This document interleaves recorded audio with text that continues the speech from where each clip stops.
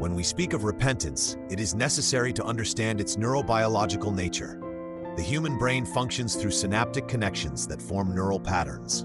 Each of our actions creates a specific configuration of activated cells, and the repetition of these actions strengthens the connections between neurons. This is precisely why sin tends to repeat itself. We literally trample paths in our own consciousness, and each subsequent step along this route requires less effort than the previous one. True repentance begins where awareness turns into reconfiguration. Metanoia, the Greek term for repentance, means a change of mind, a transformation of mental architecture.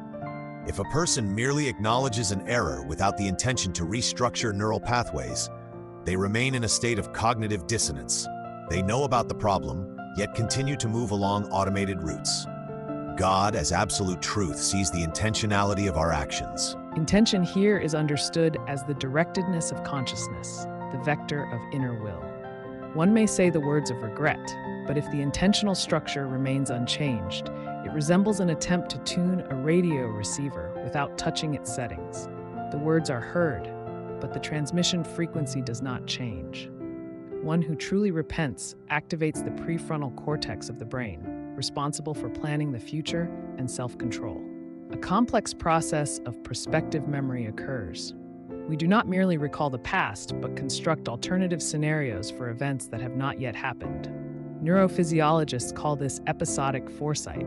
A person projects themselves into potential situations and models different modes of response. Repentance without transformation of behavioral patterns resembles the physical law of inertia. A body continues to move in a given direction until sufficient force acts upon it. In psychology, there is a term habituation, adaptation to a repeated stimulus. Sin becomes habituated, transitions into the status of a habit, and then simple verbal acknowledgement proves insufficient to change the trajectory. God accepts repentance when he sees existential reorientation. Existence here means a mode of being, a deep manner of existence. When a person changes not only their actions, but the very foundation of their relation to reality, an ontological shift occurs. This is more than behavioral correction, it is a reformatting of identity. Rationalization of one's own mistakes functions as a psychological defense mechanism. We search for justifications in order to preserve the integrity of the self-image. But true repentance requires the opposite movement, readiness for the disintegration of the old version of oneself. Apoptosis, programmed cell death in biology, has its analog in spiritual life. Parts of our personality must die in order to free space for a new quality. When we speak of the condition for the acceptance of repentance, we are speaking of the verifiability of intention. God, as all-knowing reality, does not require proofs in the form of words, but the human being convinces themselves through actions.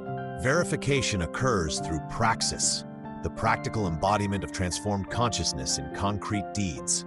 Philosopher Ludwig Wittgenstein said that the meaning of a word lies in its use.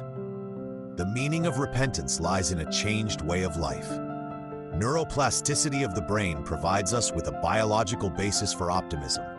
Synaptic connections can be restructured even in adulthood, but this process requires conscious practice and repetition of new behavioral patterns. If a person returns to sin, they reactivate old neural pathways and weaken newly formed alternative routes. Repentance as a necessary condition contains a temporal dimension. Temporality refers to the temporal structure of experience. We repent in the past, but the authenticity of this repentance is tested by the future. The divine perspective sees the entire trajectory simultaneously, and this is precisely why superficial repentance without an intention to change proves transparent. A person who has truly understood the nature of their sin comprehends the causal connections between action and consequences. Causality here is not only external, social, or physical, but internal, spiritual. Every sin changes the configuration of the soul, creates preconditions for subsequent falls. This chain can be broken only through a radical change of default attitudes. The theological concept of grace indicates that God provides the power for transformation. But this power is activated where there is authentic will to change. Authenticity means genuineness, the absence of self-deception. Many people live in a state of bad faith when they perform the role of repentance. while in fact avoiding the discomfort of real transformation. The process of metamorphosis is always painful. Lepidoptera destroy their larval form in order to become an organism of a different order. In humans, this means readiness for moral disorientation, for a period of uncertainty between old automatisms and not yet consolidated new habits. Many do not withstand this intermediate state and return to familiar forms of behavior. God, as absolute love, sees the potential for transformation in every person. But the realization of this potential depends on synergy, the cooperation of human will and divine energy. A synergistic effect arises where two vectors of directedness meet: divine readiness to forgive and human readiness to change. Repentance becomes acceptable when it contains an existential commitment, a commitment to oneself, to God.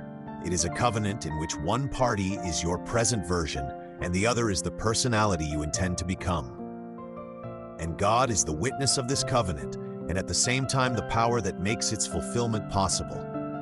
The necessary condition for God's acceptance of our repentance becomes precisely this concreteness of intention. Abstract regret remains in the sphere of emotional reaction, whereas true repentance moves into the domain of the volitional act. Volition means active desire directed toward a concrete goal. When a person understands the anatomy of their sin, comprehends the mechanisms of its emergence, and consciously builds a strategy to avoid repetition, a transition occurs from a passive state to the active position of a creator of one's own reality. True repentance is to recognize sin and do everything in order not to return to it.